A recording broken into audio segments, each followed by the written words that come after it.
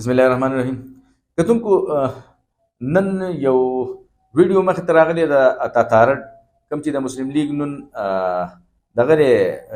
یو لیډر دی او سابقه چې دی هغه هم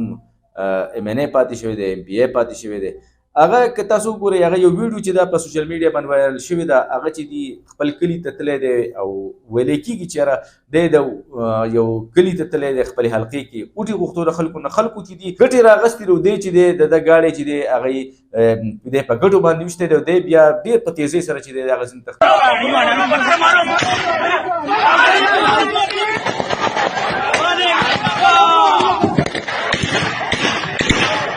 بسم الله الرحمن الرحیم. کتونکو نن یو ویډیو مخ ته راغلی د اتاتارډ کوم چې د مسلم لیگ نن دغه یو لیډر دی او سابقه چې دی هغه هم ام ان ای پاتې شوی دی ام پی ای پاتې شوی دی. هغه که تاسو ګورئ هغه یو ویډیو چې دا په سوشل میډیا باندې وایرل شوی ده هغه چې دی خپل کلي ته تللی دی او ویلی کېږي چې یاره دی د یو کلي ته تللی دی خپلې حلقې کې اوټي غوښتو د خلکو نه خلکو چې دي ګټې راغستې دي او دی چې دی د ده ګاډی چې دی هغه دی په ګټو باندې ویشتی دی او دی بیا ډېر په تیزۍ سره چې دی د هغه ځینې تښتېدلی. لا اول د یو څو سیکنډو دغه ویډیو ده دا ویډیو را سره وګورئ بیا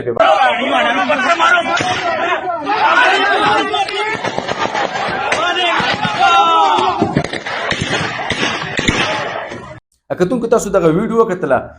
دغه د یو څو سیکنډو ده دونه زیاته نه ده خو تاسو وکتل چې یاره ویلی کېږي چې دغه سپین کم لینډ کروزر چې دی کم ګاډی چې دی غټ جیپو په دې کې وایي اتاتارډ صاحب چې دی هغه ناست و خپلې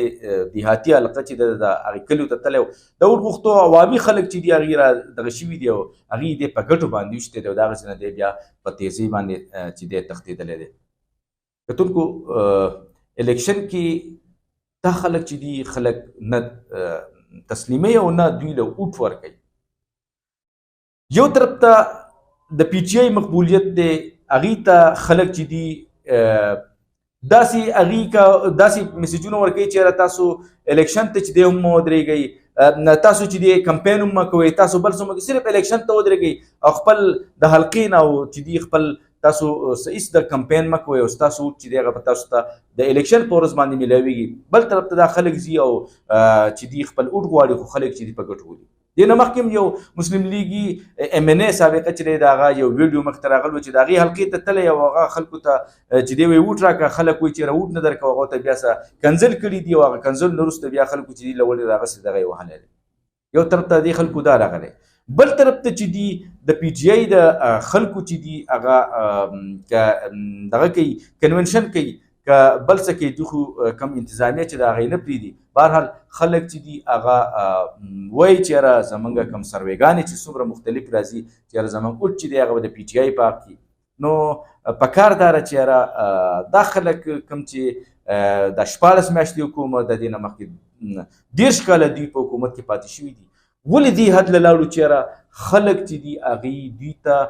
لکه اوټ ورکول نه ورکول دا خو د الیکشن د ورځې کار دی خو چې ته کمپین ته یو خلک نه پرېږدي او کمپین نشي کولی نو آیا د دې خلکو ولې د انتها ته د پاکستاني عوام پاکستاني قوم د دې کم ام ان ایز ام پی ایز چې دي د پی ټي ایم د کم چې پلیټفارم نه دوی دلته کې حکومت کړی دی او اوس په